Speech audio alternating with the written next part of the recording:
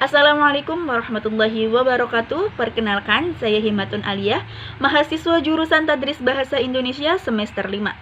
Di sini saya akan menjawab beberapa pertanyaan yang telah diberikan oleh Ibu Nurhana Widiyanti, Magister Pendidikan, selaku dosen pengampu pada mata kuliah Pengembangan Strategi dan Model Pembelajaran MIPA sebagai salah satu tugas ujian akhir semester yang telah diberikannya.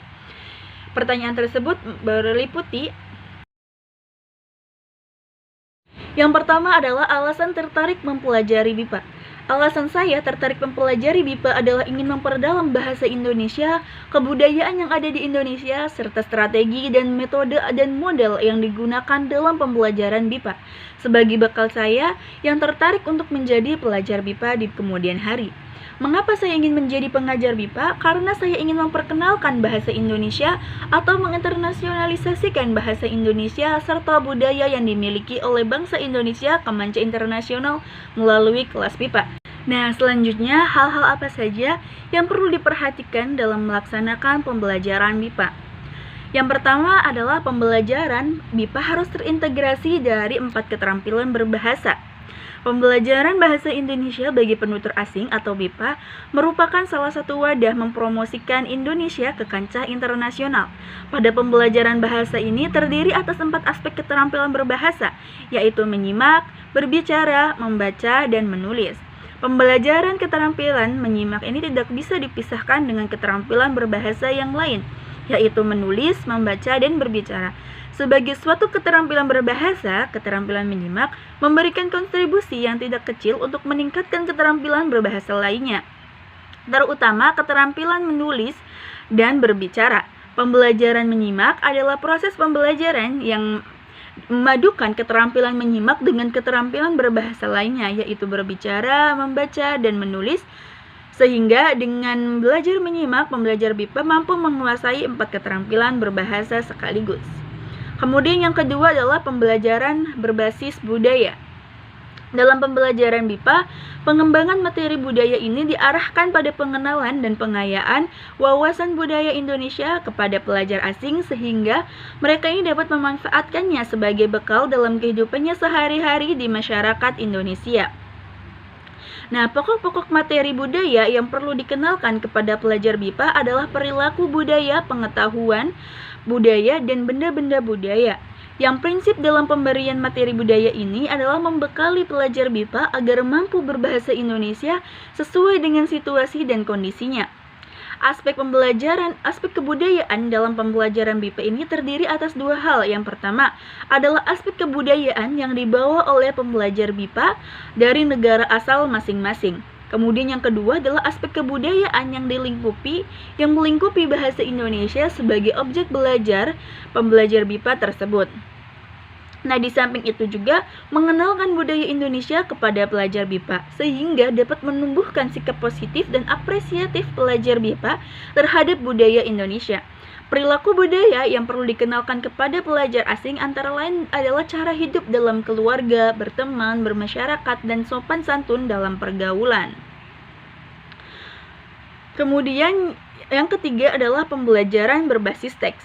Salah satu pendekatan yang dapat digunakan untuk meningkatkan kemampuan menulis pembelajar MIPA adalah pendekatan berbasis teks. Pendekatan berbasis teks juga digunakan karena manusia ini hidup tidak terlepas dari teks.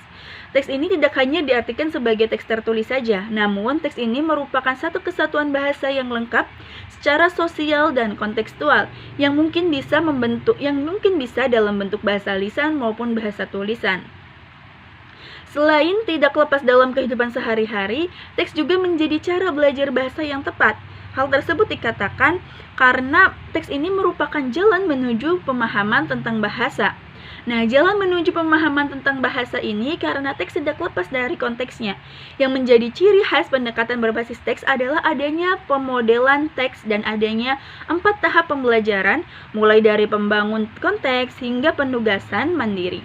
Adanya pemodelan teks ini juga mengarahkan pembelajaran menjadi lebih autentik.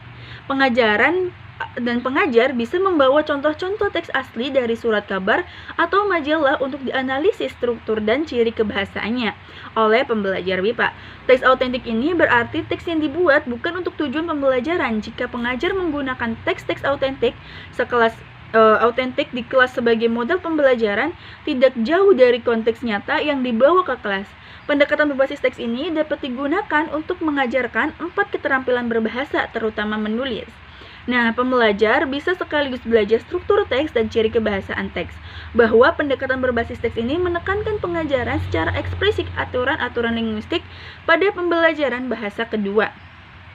Nah, pembelajar tidak bisa memproduksi teks-teks tertentu jika mereka tidak diajari aturan-aturan linguistik atau ciri kebahasaan tipe teks tertentu tersebut. Metode-metode yang diterapkan dalam pembelajaran BIPA. Selanjutnya, terdapat berbagai metode pembelajaran BIPA atau Bahasa Indonesia bagi penutur asing yang diterapkan untuk menambah pemahaman pembelajar BIPA tentang bahasa Indonesia. Pastinya tidak terlepas dari 4 aspek untuk meningkatkan kemampuan bahasa, yaitu menyimak, membaca, menulis, dan berbicara. Berikut beberapa metode pengajar BIPA yang efektif yang akan saya jelaskan. Yang pertama adalah metode tata bahasa terjemahan atau Grammar Translation Method.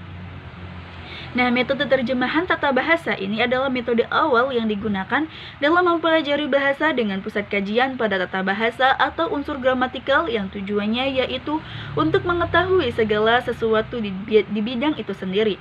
Dalam metode pembelajaran bahasa ini tidak menekankan pada pemahaman akan keterampilan menyimak dan berbicara karena fokus dari metode ini adalah penerjemahan teks-teks kalimat tata bahasa atau grammar dan memperbanyak pembelajaran kosakata.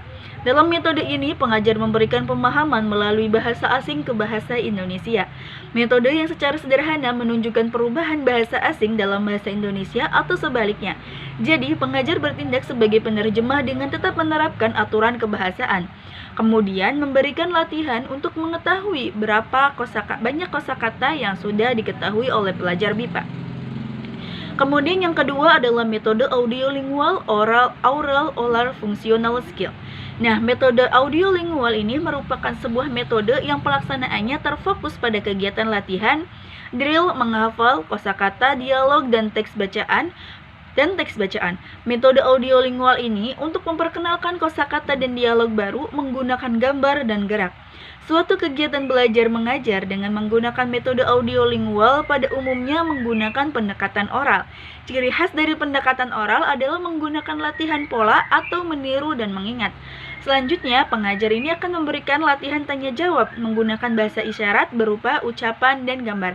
Jadi, sekaligus memberikan contoh dan latihan kepada pelajar supaya mempelajari lebih banyak kosakata dan penguasaan pola-pola kebahasaan. Yang ketiga adalah metode respon fisik total atau total physical response. Total physical response adalah metode pembelajaran bahasa yang digunakan untuk mengeksplor sejauh mana respon fisik yang diberikan siswa melalui instruksi-instruksi sederhana yang diberikan guru terkait pelajaran bahasa yang dengan instruksi tersebut, siswa ini dapat melakukan aksi atau aktivitas dalam proses pembelajaran bahasa. Instruksi ini berupa ujaran yang kemudian disimak oleh siswa atau pelajar BIPA tanpa disertai terjemahan bahasa asli atau bahasa ibunya. Metode ini mengajarkan bahasa dengan cara memberikan perintah sederhana kepada siswa. Nah, perintah yang diberikan pengajar bahasa ini akan didengar oleh siswa, dan dari hasil respon itu atau hasil menyimak itu akan menggerakkan badan atau tubuh siswa untuk melakukan aktivitas atau tindakan berdasarkan perintah yang diberikan kepada mereka. Yang keempat adalah metode langsung. Metode langsung ini adalah cara yang menyajikan materi pelajaran bahasa di mana guru langsung menggunakan bahasa tersebut sebagai bahasa pengantar dan tanpa menggunakan bahasa anak didik tersedikit pun dalam mengajar. Jika ada suatu kata-kata yang sulit untuk dimengerti oleh pelajar BIPA, guru dapat mengartikan dengan menggunakan alat peraga, mendemonstrasikannya, menggambarkan, dan lain-lain.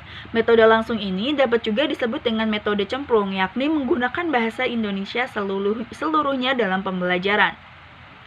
Kemudian adalah metode cara diam.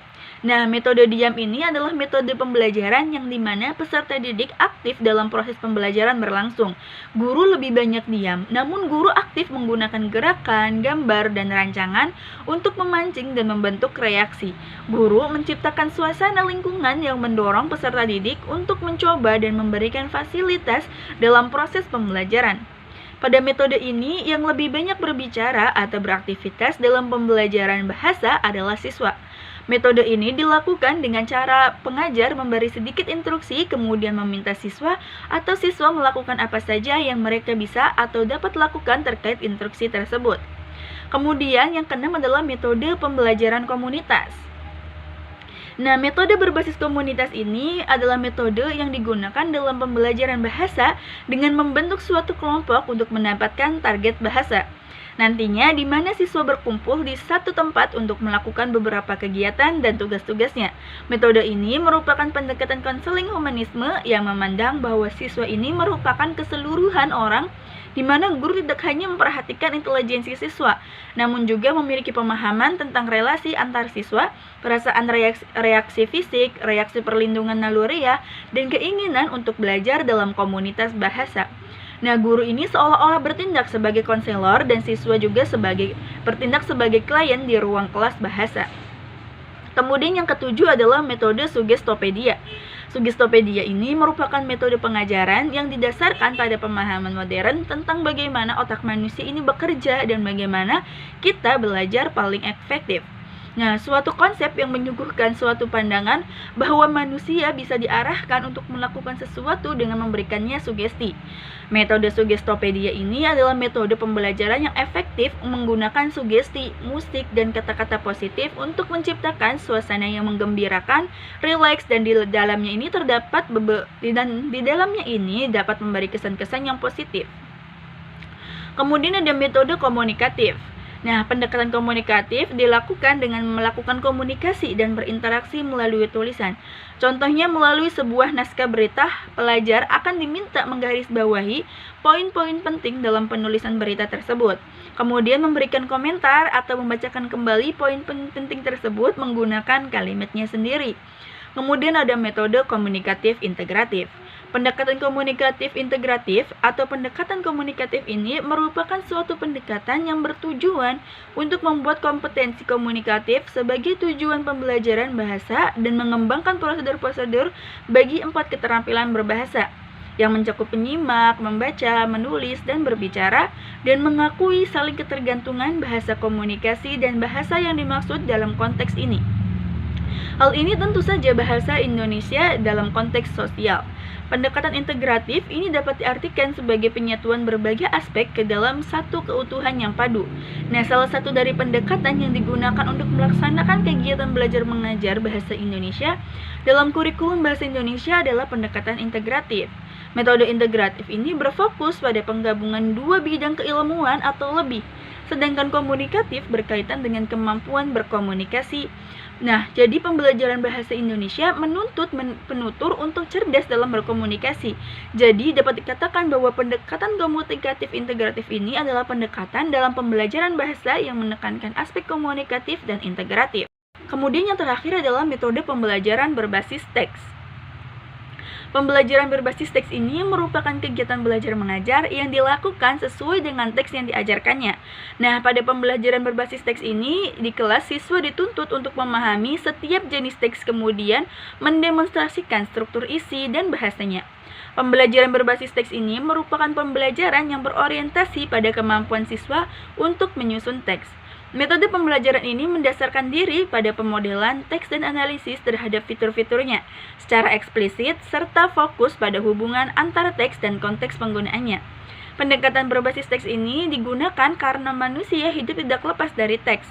Teks ini tidak hanya diartikan sebagai teks tertulis saja, namun teks ini merupakan satu kesatuan bahasa yang lengkap secara sosial dan kontekstual yang mungkin dalam bentuk-bentuk bahasa lisan maupun tulisan.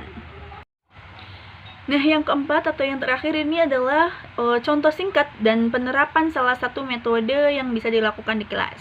Yang saya pilih adalah metode audiolingual.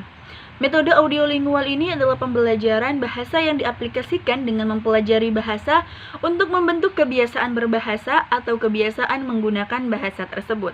Nah, salah satu ciri metode ini adalah menggunakan bahasa dalam dialog untuk setiap situasi komunikasi. Metode audiolingual ini akan melatih keterampilan menyimak dan berbicara pada siswa atau pelajar BIPA yang mempelajari bahasa target, yakni bahasa Indonesia. Selain keterampilan menyimak, siswa juga dapat meningkatkan kemampuan menyampaikan pendapat, ide, atau argumentasi dari setiap dialog atau tindak komunikasi yang berlangsung. Nah, adapun langkah-langkah yang digunakan dalam metode audiolingual yakni pertama, guru membacakan dialog dan siswa menyimak dialog tersebut. Kemudian, guru menyiapkan beberapa latihan membangun pengetahuan awal siswa, melakukan pengulangan, rangkaian aktivitas, substitusi slot tunggal, substitusi multi slot transformasi, serta memberikan pertanyaan dan jawaban. Kemudian, guru mendesain kelas untuk memberi pelatihan pada level siswa bahasa asing. Jika bahasa sasaran yang guru ajarkan ini bukan bahasa Inggris, maka pertama-tama boleh menulis tentang dialog itu sendiri. Kemudian, hal ini tidak mudah menyiapkan latihan untuk siswa bahasa asing. Untuk itu, guru harus bisa mengevaluasi dirinya. Kemudian, siapkanlah dialog yang telah dibuat untuk memperkenalkannya kepada siswa berupa satu kalimat atau beberapa bentuk kalimat dalam bahasa target yang diajarkan di kelas. Kemudian contoh sederhana dalam penggunaan metode audiolingual ini. Misalkan guru memberikan instruksi seperti ini.